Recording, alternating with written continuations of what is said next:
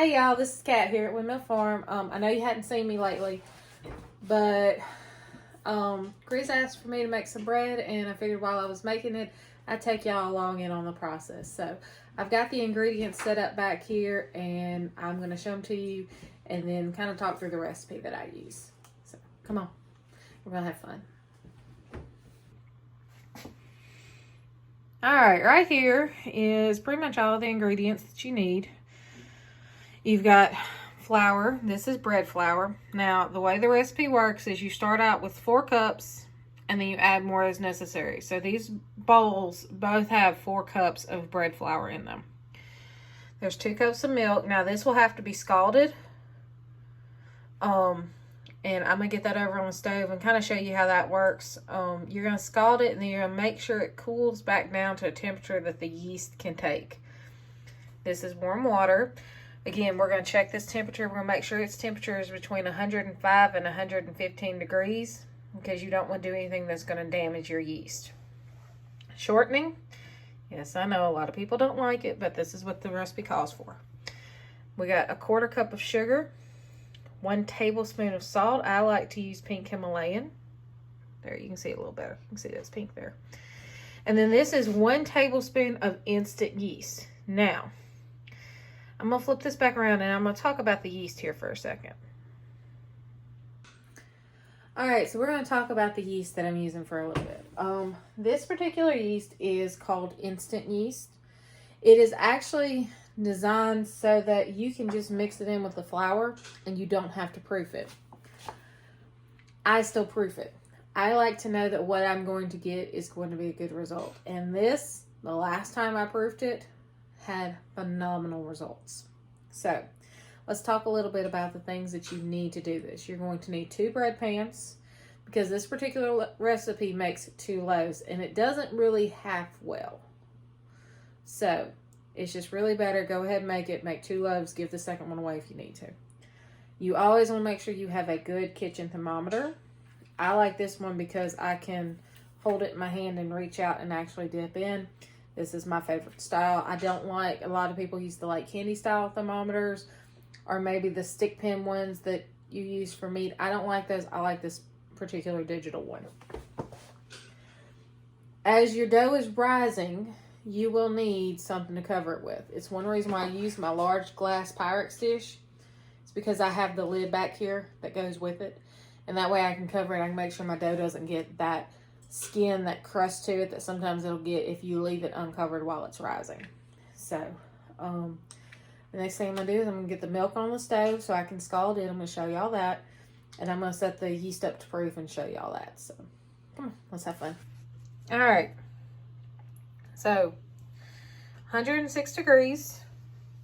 That's what our little temperature probe is reading. And take our 1/4 cup sugar, pour into the 3/4 cup water first. Give it a gentle little stir.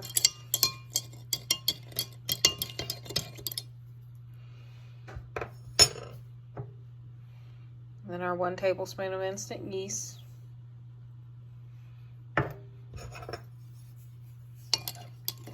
Give it a nice little stir.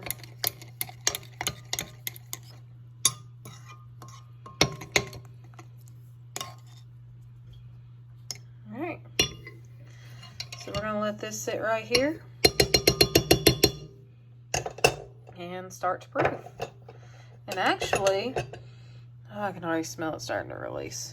Let's see if I can get it to... No, you can't see it now. But you'll actually soon be able to see some of this start to bubble. And that's how you know your yeast is good and it's proofing. So we're going to let this sit over here while we handle some of the other stuff we need to do. Alright, y'all. So this right here is the basis for the bread recipe that I'm using. This is an old Betty Crocker cookbook. I have a newer version as well. But this recipe is the one that I've been using that's worked so well. I've made some adjustments. Like this says 2 packages of active dry yeast. Well, that comes out to about 2 1/4 teaspoon of yeast. because I'm having to measure it and it's just easier, I up that to 1 tablespoon of instant yeast. I left the water the same, and then I went from 3 to 4 tablespoons of sugar because I upped the yeast a little bit. It says the lukewarm milk, scalded then cooled. I've got the milk on the stove now. And pretty much everything else is all the same in it. Those are really the only differences. This got changed to 1 tablespoon, and this got changed to 1/4 cup. Other than that, I really like this because if you've never made bread before, it actually has this whole tip for yeast breads, and it kind of walks you through the whole process. I'm gonna show you how to knead, and then I'm probably just we're gonna fast forward through most of the kneading because that's a lot of stuff right there that I have to do. But you see here it talks about the indentions, and I'll show you that when we get to that point, and then punching it down. And then this part over here is very important. Rolling your dough up before you put it in your pans, because this helps to make sure you've got an even texture all the way through, kind of like punching the dough down does. So, but you'll also see over here, there's also all these other variations. Like if you want to make this more like an egg bread, something a little bit richer, you're going to decrease the milk and stir in 2 eggs instead. I haven't done that. If I'm going to make an egg bread, I tend to make a challah recipe. So, but that's it. That's the recipe. So I don't really do a lot of recipes that call for scalded milk. So I kind of had to go look that up. Now, the way that I tell milk is to the point that it needs to be at is when you kind of run your spoon through it, you know there's that little bit of skin on the top of it after it's been heated for a while. That's usually the point that I turn the heat off and I let the milk come back down. I'm not worried about getting it all the way back down to cold or even room temperature, but I do want it less than 100 degrees. It's usually about, because I don't want it to damage the yeast when it all gets put in there together. Alright everyone, this is what scalded milk looks like. You got just a little bit of bubbles around the edges, and can you see that skin on the top? To me, that's scalded milk. This is how I did it last time. It worked great. So right now, our temperature is 196 degrees. If we were to put this in right now, we would kill our yeast. So we're going to give this a few minutes and let it come back down to a reasonable temperature. Somewhere between 100 and 105 is what you're aiming for. Alright, so right here we've got our 3 tablespoons of shortening and our 1 tablespoon of salt. To help this cool down and to melt this, I go ahead and add these 2 at this point to the milk. And then I'll show you me adding everything all together.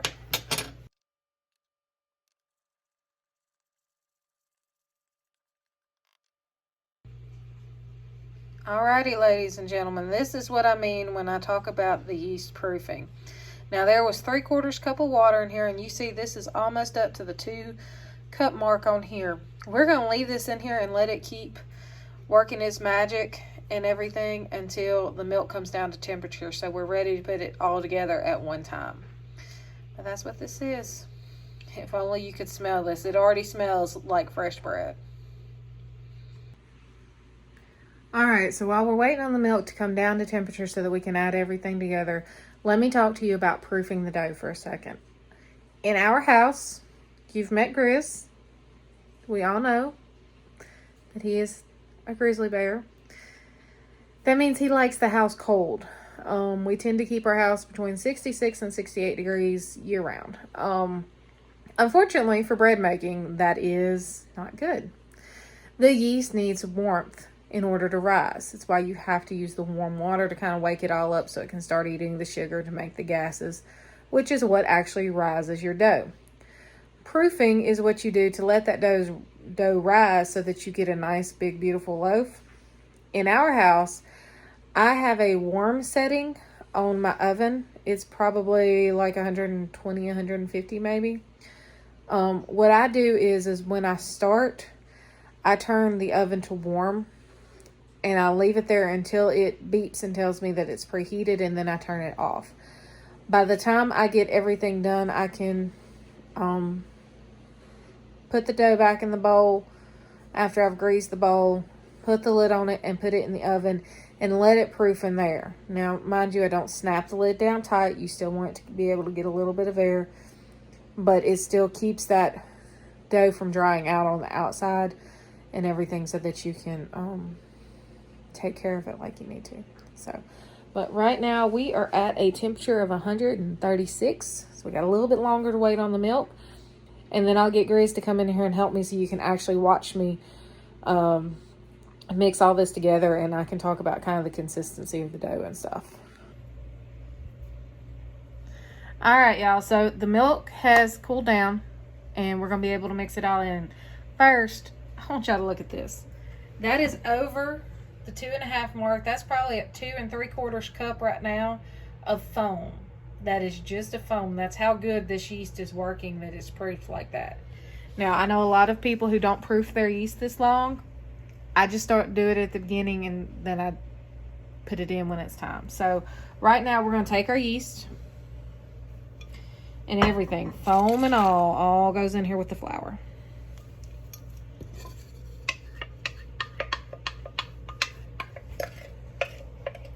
And make sure you scrape all that out, because that's all what's going to make your bread nice and fluffy.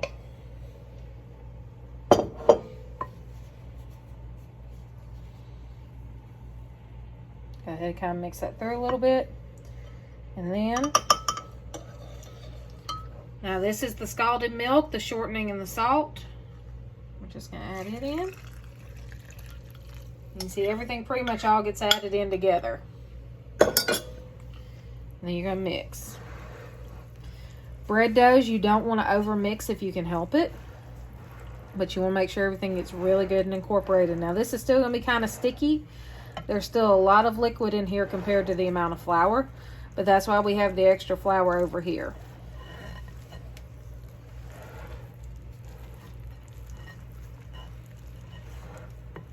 You see how this is all kind of coming together, but you can tell it's still real wet looking.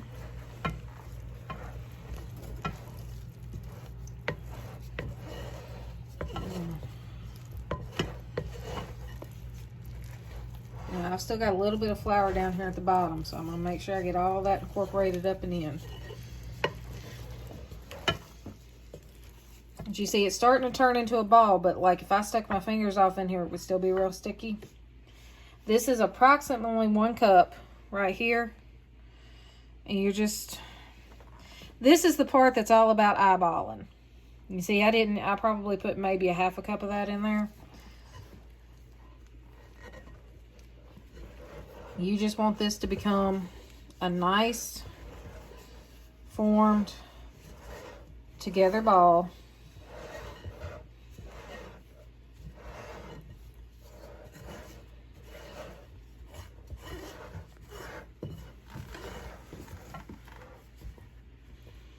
Much like it is right now.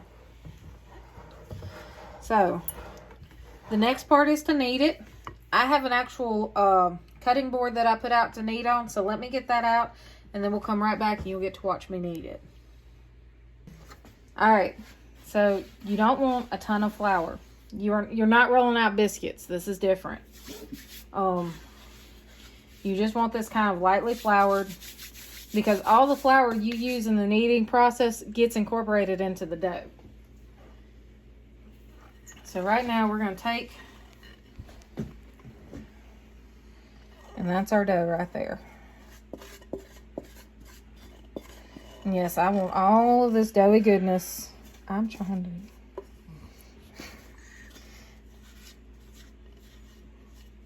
to... Y'all, I'm not holding the bowl just perfect.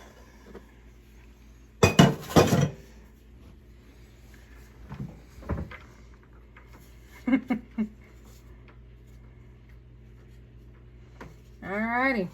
If I get the dough off my fingers. Alright, kneading.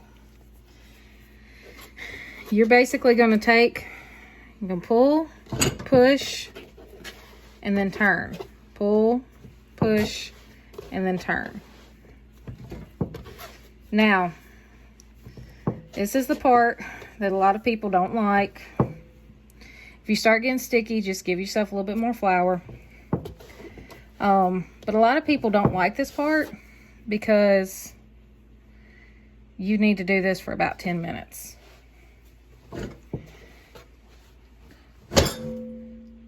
Without breaking things in your kitchen sink.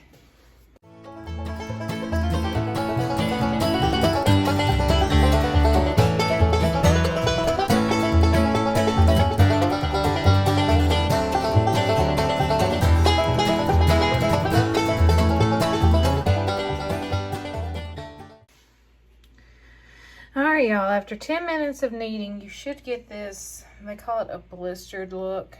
See how it's kind of smooth, but it looks almost like it's got little bumps under the skin. So we're going to take this ball of dough and we're going to put it in this bowl. Now you notice the bowl looks like it's kind of wet. That's because we greased it. Just a couple of teaspoons of oil in it. Just wipe it around the sides. All you're doing is making sure that that dough doesn't stick to this bowl. Basically, we're going to put it in here and then we're going to flip it around a couple of times and get the oil on the outside of the dough ball. And that'll be it. We'll put it in the oven then and let it proof. And I'll show you what it looks like after it's proofed up for about an hour. Alrighty, so we've proofed it. Y'all know how big it was in the bowl I showed you before I put it in there. So now we're going to look and see how well it did. That is what it looks like after it's done proofing and everything. Now you see how I've poked it already. So you can see how the indentations are staying there. That's what you're looking for. That tells you that this batch of dough is proofed all the way. So what we're going to do is we got to punch it down, which is literally just you put your fist in the middle of it and then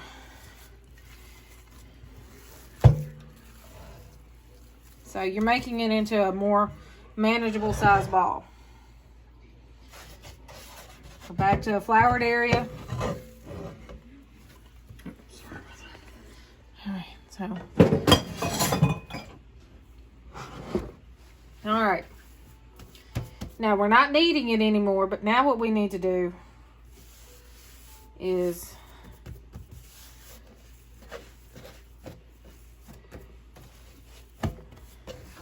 sorry, I just like to kind of look it over, see what it looks like. Alright, now, excuse me while I reach across the camera, because I forgot to already have this ready. My cohort is shaking his head at me.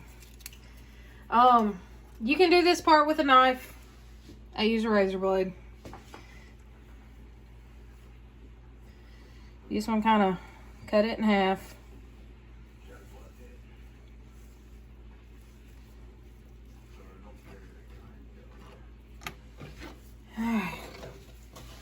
So, what we want to do now is we're going to actually roll this out into a rectangle.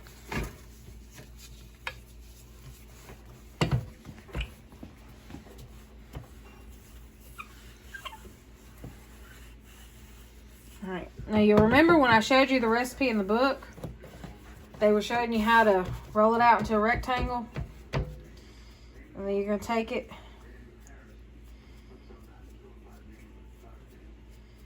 and you just roll it. You want to keep it rolled nice and tight. This makes sure you have a good even texture through your bread.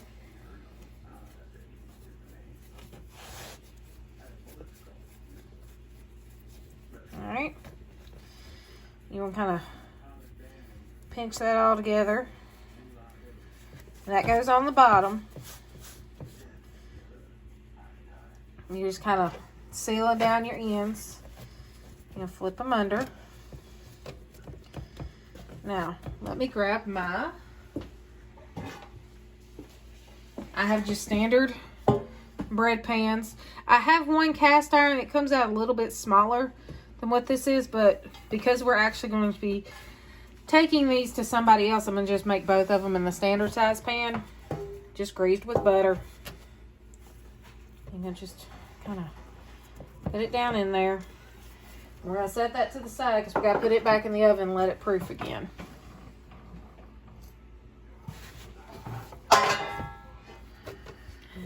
My cohort's trying to give me a hand here. And I messed up. That'd be all right.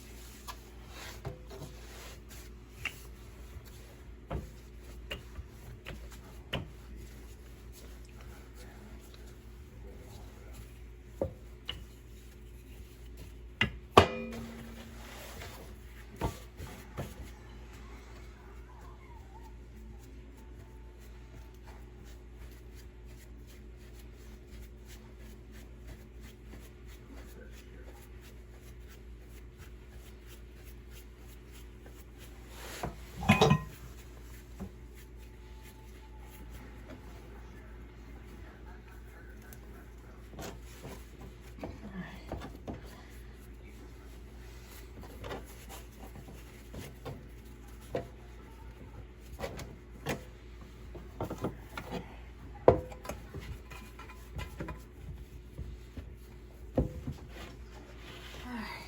So, this is what they look like before you put them back in to proof them a second time. If you want, you can just come down through here. This is more of a decorative thing. It'll actually let the dough open up some while it's cooking. This is not really a have to by any stretch of the imagination.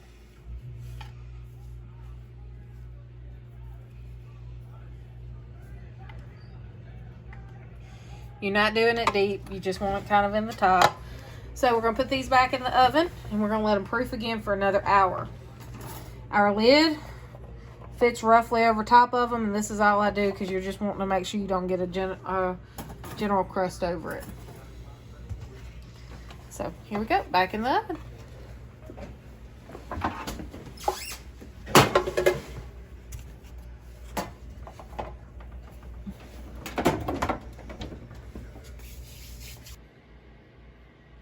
Alright, y'all. So it proofed in the oven. This is what they look like after an hour.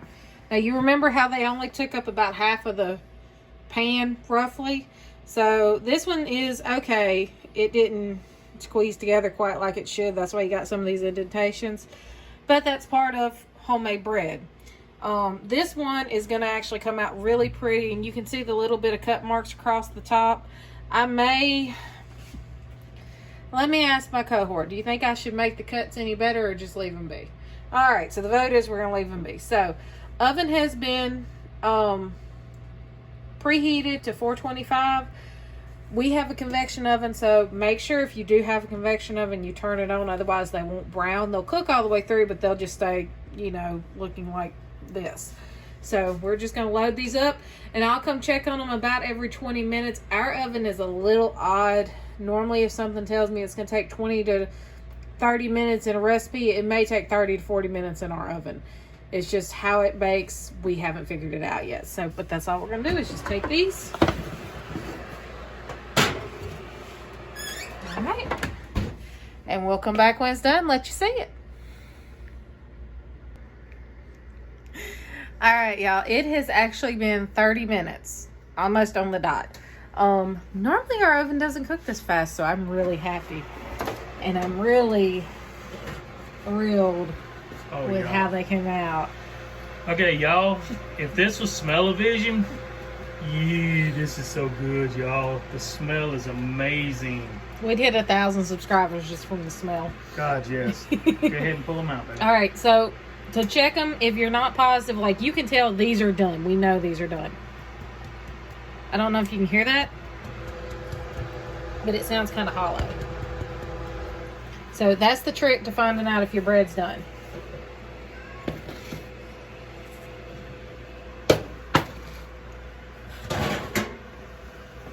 But y'all, I don't know how it gets much more perfect looking than that.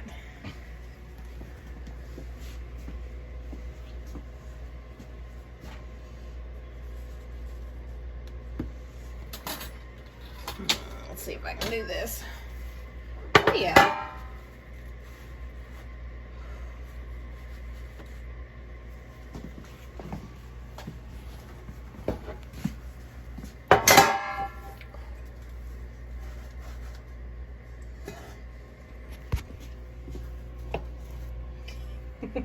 Them are gorgeous, y'all. And I can't wait until you actually cut it open and you realize how fluffy and airy these things are. Oh my God, they're so good. But they have to cool first. Let them cool before you cut them. Otherwise, you lose all the air you have in there and they go flat. So let them cool. It's just a few minutes, but that's it. That's your bread. But we will come back and show you how we eat it when it's fresh like this. Alrighty, so our bread's cooled down. As you can see, I'm no longer burning myself picking it up. This is the loaf we're going to eat, and this is the loaf we're actually taking to someone else. So, let's line you up with the camera here.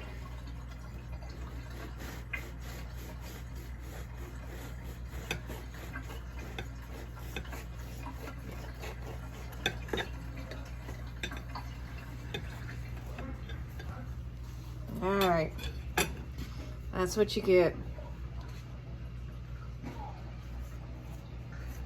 There's no super big air pockets. You don't want that because it really messes with the texture of the bread. But you can see just how light and fluffy that is. And for our bread, this fresh that we just made, we normally just basically put butter on it and eat it that way. Or cheese and bread. Or cheese and bread. Cheese and bread's always good. But yeah, that's it. It's not that hard. It just takes a little bit of time to get used to the feel. But that's it.